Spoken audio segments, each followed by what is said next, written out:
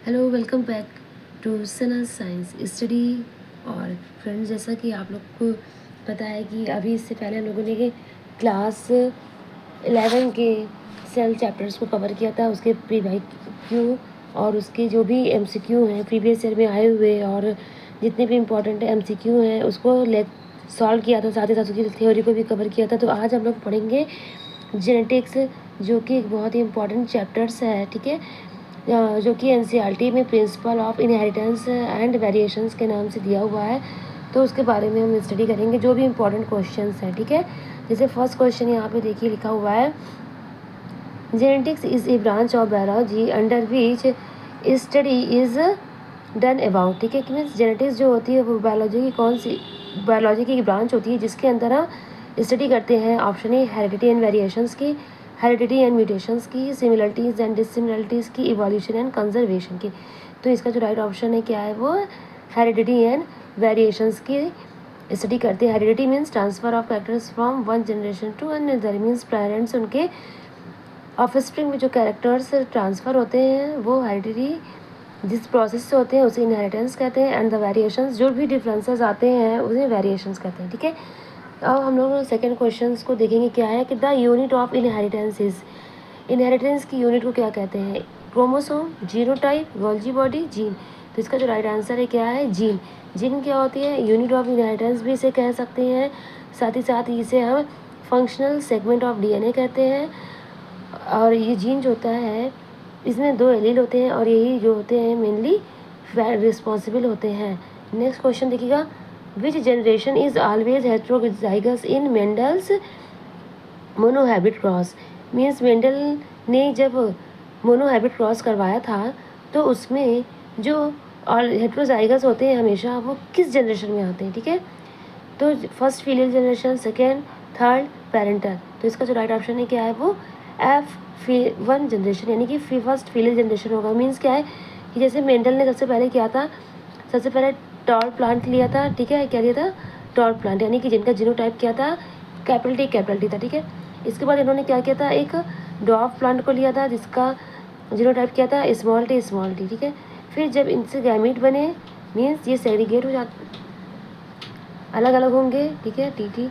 इसके बाद इन्होंने क्रॉस करवाया, तो ये जो कैपिटल टी था ये इसके साथ क्रॉस किया और बनाया क्या? Capital T, small T.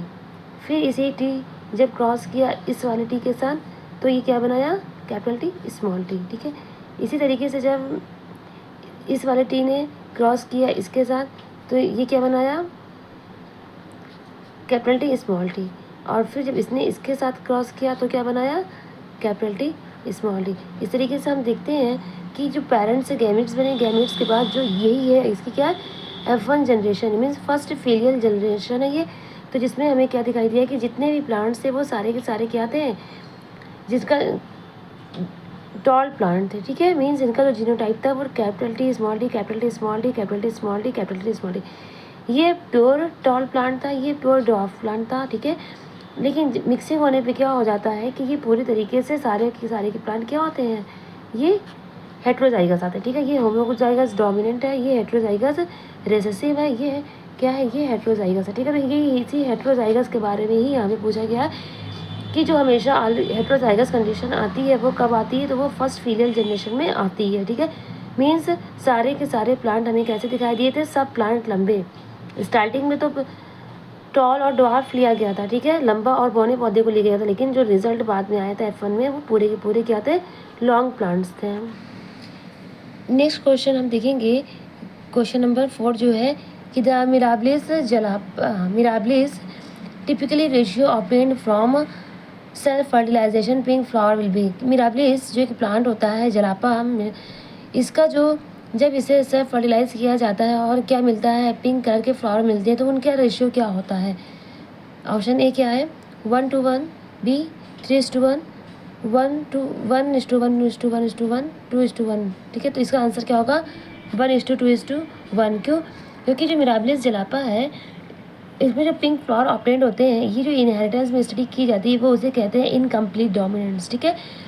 Incomplete dominance में ये स्टडी की जाती है जिसमें ये पता, जैसे मेंडल ने बताया था कि जब भी हम प्योर प्लांट लेंगे, ठीक है, मीन्स प्लांट को जब भी हम क्रॉस करवाएंगे तो जो हमें F1 कैरेक्टर्स मिलेंगे वो उन्हीं दोनों में से होंगे, चाहे टॉल होंगे चाहे ड्वार्फ होंगे। लेकिन जब इनकम्प्लीट डोमिनेंस का एक्सपेरिमेंट किया गया बाय द कार्ल कॉरेंस, तो ये ऑब्जर्व किया गया कि जो ज़रूरी नहीं कि हर कंडीशन में ऐसा ही आए, क्योंकि इस रेशियो इसमें प्लांट में क्या हुआ था कि एक क्या लिया गया था, एक रेड प्लांट लिया गया था जो कि डोमिनेंट था, ठीक है। इसी का क्या लिया गया था, वाइट, जो कि रिसेसिव था। जब इसकी F1 कराई गई, क्रॉस करवाया गया, तो जो प्लांट मिले थे वो क्या मिले थे, वो पिंक मिले थे, मीन्स वो इंटरमीडिएट थे, ठीक है। लेकिन जब इसी की क्या करवाई गई थी, सेल्फिंग करवाई गई, तो सेल्फिंग करवाने पे जैसे यहाँ पूछा है सेल्फ फर्टिलाइजेशन, ठीक है, यानी कि जब इसकी सेल्फिंग करवाई गई, इसी से ही क्रॉस करवाया गया, तो जो F2 जनरेशन आई थी, F2 जनरेशन में क्या आया था कि 1 रेशियो में जो प्लांट थे, ठीक है, क्या थे, जो 1 रेशियो के प्लांट थे वो क्या थे, वो अपने पेरेंट के जैसे थे रेड, 2 प्लांट क्या थे, पिंक, ठीक है, और 1 रेशियो में क्या आया था, ये वाइट कलर में आए थे, ठीक है। तो यही है इनकम्प्लीट डोमिनेंस का एग्जाम्पल, ठीक है। इसके बाद नेक्स्ट क्वेश्चन देखेंगे, when F1 individual is cross with the either of the 2 parents the cross is known as, में जब भी F1 जो F1 प्रोजेनी होती है उसे आइदर ऑफ द 2 यानी कि चाहे तो डोमिनेंट या रिसेसिव पेरेंट से क्रॉस करवाते हैं तो उसे क्या कहते हैं, तो उसे कहते हैं बैक क्रॉस, ठीक है। क्या कहते हैं, बैक क्रॉस। इसी की जगह अभी क्या होता है कि ये जो F1 इंडिविजुअल है, F1 ऑफिसर को सिर्फ और सिर्फ रिसेसिव से क्रॉस करवाया जाता, तो इसे कहा जाता टेस्ट क्रॉस। क्या कहते हैं हम लोग, टेस्ट क्रॉस, ठीक है। लेकिन बैक क्रॉस में क्या होता है, जो F1 प्रोजेनी होती है उसको या तो हम टी से भी करा सकते हैं, ठीक है, और या फिर इसे हम क्या करवा, सॉरी यहाँ पे क्या होगा, हेट्रोजाइगस आएगा। F1 जो होती है, ठीक है, ये क्या होता है, ये हेट्रोजाइगस यहाँ पे आता है, ठीक है। ऐसे ही हेट्रोजाइगस यहाँ पे भी होएगा। अब इसको हम चाहे टॉल से करा दें, डोमिनेंट से, या इसे हम रिसेसिव से करा दें। इस कंडीशन में जो बैक क्रॉस होता है इसे कहा जाता है आउट क्रॉस, ठीक है, आउट क्रॉस कहा जाएगा। और ये जो होता है ये होगा टेस्ट क्रॉस, ठीक है। इसके बताइएगा, what causes the development of colour blindness, ठीक है, किसकी वजह से जो होता है कलर ब्लाइंडनेस होती है। कलर ब्लाइंडनेस बहुत ही इंपॉर्टेंट है, जो है कि एक मेंडेलियन जेनेटिक डिसऑर्डर है, by evolution, by genetic, by lack of vitamin A, by very active adrenal gland. तो इसका होता है बाई जेनेटिक्स, मीन्स इसमें क्या होता है, कलर ब्लाइंडनेस में कलर ब्लाइंडनेस के जो जीन होते हैं वो एक्स क्रोमोसोम पे प्रेजेंट होते हैं। कहाँ प्रेजेंट होते हैं, इसलिए ये एक एक्स लिंक रिसेसिव डिजीज़ होती है, ठीक है, जिसमें जो पर्सन होता है उसे ग्रीन कलर और रेड कलर को पहचानने में मुश्किल होती है। और ये मोस्टली जो होता है ये फीमेल इसकी कैरियर होती है, मेल ही इसमें ज़्यादातर डोमिनेंट होते हैं। फीमेल इसमें कलर ब्लाइंडनेस को सिर्फ फैलाने का काम करती हैं, ठीक है। नेक्स्ट इसके बाद देखिएगा, मंगोलिज्म डाउन सिंड्रोम, मंगोलोनो डाइगोई इज कॉज ड्यू टू, ठीक है। डाउन सिंड्रोम तो बहुत ही इंपॉर्टेंट है, जो कि एक तरह का जेनेटिक डिसऑर्डर है, ठीक है, जिसमें क्या होता है ये पूछा है, ठीक है, क्यों होता है। Option A, monosomy of sex chromosome, monosomy of chromosome 21 autosome, trisomy of sex chromosome, trisomy of 21 chromosome of autosome. ये सही है, इसका आंसर है कि ये क्या होती है, ये एक ऑटोसोमल डिजीज़ होती है, ठीक है, जिसमें जो हमारे, आपको पता है कि जो हमारे ऑटोसोम होते हैं वो 22 होते हैं, ठीक है, पेयर्स में होते हैं, ठीक है, क्या होते हैं 22 पेयर्स में होते हैं, यानी कि 44 होते हैं।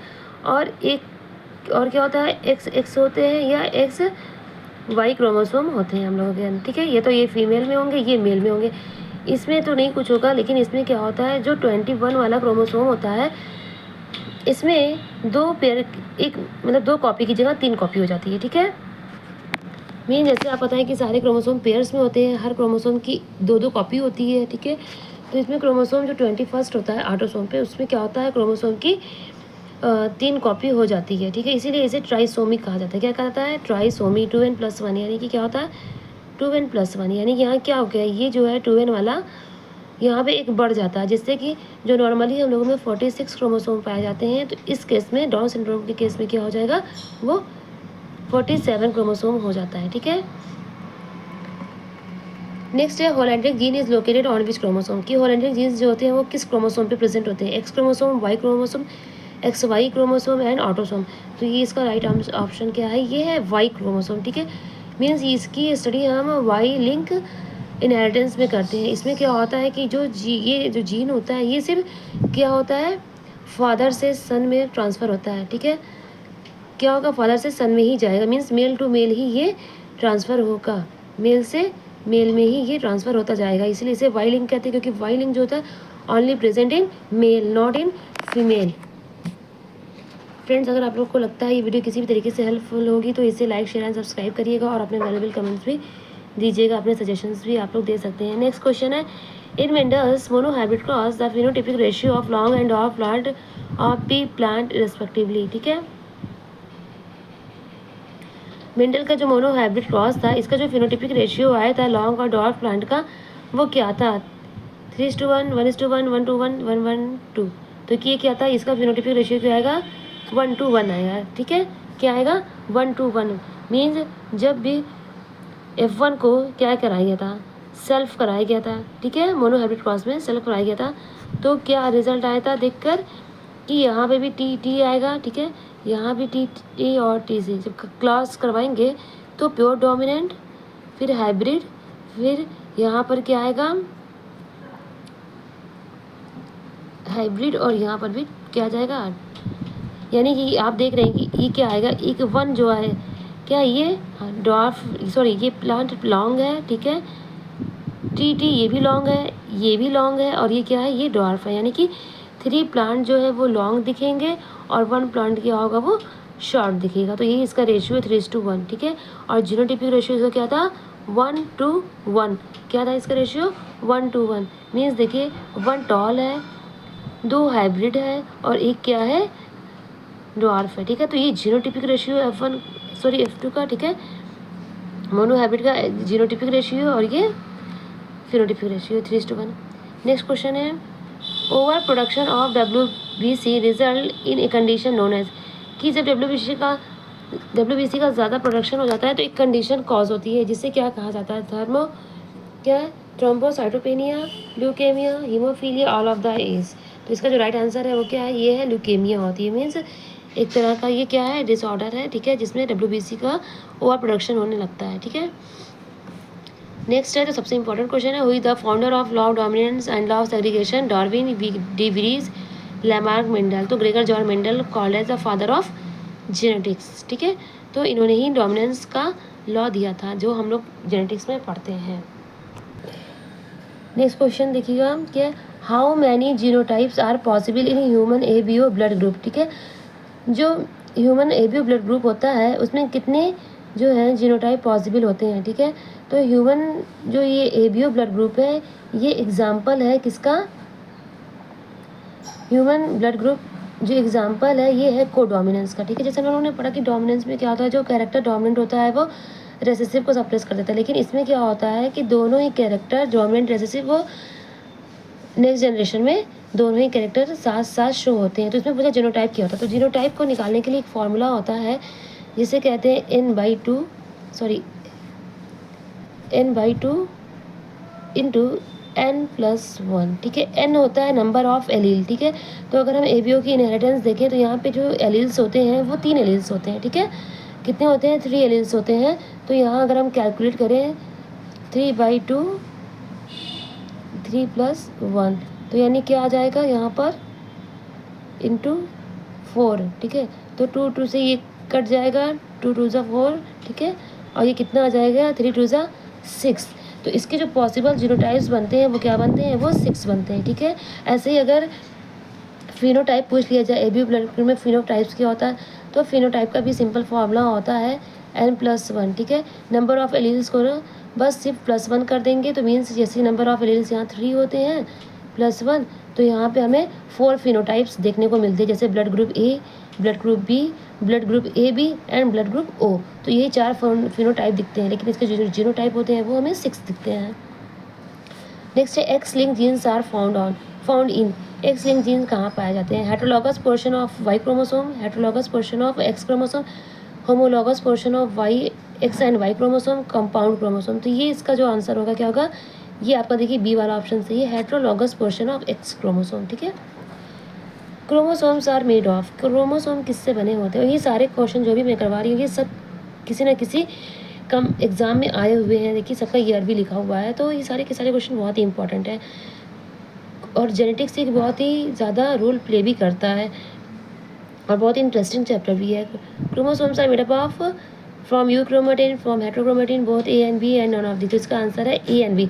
अगर हम देखेंगे एक स्ट्रक्चर तो क्या होता है, यहाँ का एक रीज़न जो होता है वो हेट्रोक्रोमेटिन होता है और एक रीज़न क्या होता है, ये यूक्रोमेटिन होता है। ठीक है, ये ट्रांसक्रिप्शनली एक्टिव होता है, यहाँ ट्रांसक्रिप्शन होता है, यहाँ ये ट्रांसक्रिप्शनली इनएक्टिव होता है। Dihybrid test cross ratio, इस dihybrid test cross ratio क्या होता है। ठीक है, यानी कि जब भी हम क्रॉस करवाते हैं तो उसमें रेशियो क्या आता है, तो इसका ऑप्शन जो होगा ये होगा 1:1, 1:1। ठीक है, ये डाई हाइब्रिड टेस्ट क्रॉस का रेशियो होता है और ये क्या है, ये डाई हाइब्रिड का फिनोटिपिक रेशियो है। ऐसे डाई हाइब्रिड का अगर जीनोटिपिक रेशियो पूछा जाए तो वो होता है 1:1, 2:4, 1:1। ठीक है, डाई हाइब्रिड का जीनोटिपिक रेशियो होता है, डाई हाइब्रिड का फिनोटिपिक रेशियो होता है। ये है डाई हाइब्रिड का टेस्ट क्रॉस रेशियो। और अगर यहाँ पे मोनो हाइब्रिड टेस्ट क्रॉस पूछता तो इसका ये आंसर सही होता। ठीक है, sickle cell anaemia develop due to, sickle cell anaemia जो होती है वो किसकी वजह से होती है। Recessive allele of autosome, dominant allele और autosome mutation and polyploidy sex link chromosome.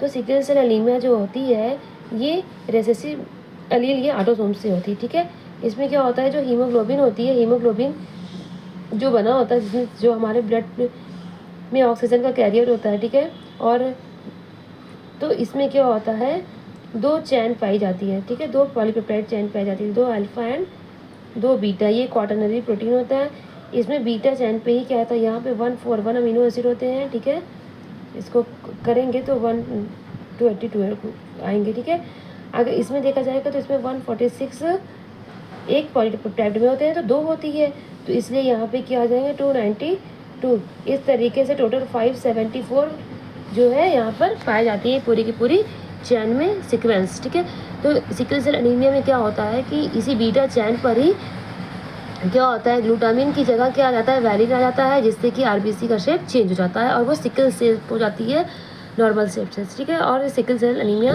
की कंडीशन आती है। तो ये वाला आंसर आपका सही है। फिर है which genetic disorder is called due to trisomy of chromosome number 21। तो ये भी आगे भी क्वेश्चन आया था, इसका सही आंसर है डाउन सिंड्रोम। डाउन सिंड्रोम जो होता है इसमें ही क्या होता है, 21 क्रोमोसोम की 3 कॉपी बन जाती है। ठीक है, जिसे हम कह सकते हैं 2n+1। ठीक है, 2n+1 होता है। ठीक है, the development of make takes place in honey bee. Honey bee में जो मेल का डेवलपमेंट होता है वो कैसे होता है, fertilise egg, unfertilise egg, both A B and none of the. तो ये होता है अनफर्टिलाइज एग। पार्थेनो कॉपी ये आयरन टॉकी के थ्रू ये क्या होते हैं, डेवलप होते हैं। इनमें मेल को क्या कहा जाता है, ड्रोन कहा जाता है, जिनमें ये हैप्लॉइड होते हैं, जिनमें क्रोमोसोम नंबर 16 होता है। ठीक है, नॉर्मली हनी में क्रोमोसोम नंबर कितना होता है, ये डिप्लॉयड होती है तो 32 होता है। ठीक है, लेकिन ड्रोन में क्या होता है 16 होता है। लास्ट क्वेश्चन है which of the following statement is correct for law of dominance, factor occur in pair, character control by discrete unit called factor, in a dissimilar pair of factor, one member of the pair dominate the other all of the above. तो इसका right answer यही होगा कि dominance मिलता है, ये सारी answer इसके सही होते हैं। ठीक है, कि जो फैक्टर होते हैं यानी कि जीन अकर में पेयर्स में प्रेजेंट होते हैं और ये कैरेक्टर जो होते हैं वो फैक्टर या जीन के थ्रू कंट्रोल होते हैं। ठीक है, और जो डोमिनेंट कैरेक्टर होता है वो रेसेसिव को क्या कर देता है, सप्रेस कर देता है। तो फ्रेंड्स जाते जाते एक लास्ट क्वेश्चन आपको देते जा रहे हैं, इसका ऑप्शन आप लोग जो है इसका आंसर सेंड करिएगा कि father of who is called as father of experimental genetics किसे कहते हैं, इससे आप लोग आंसर करिएगा। और लास्ट तक इस वीडियो को देखने के लिए बहुत बहुत थैंक यू।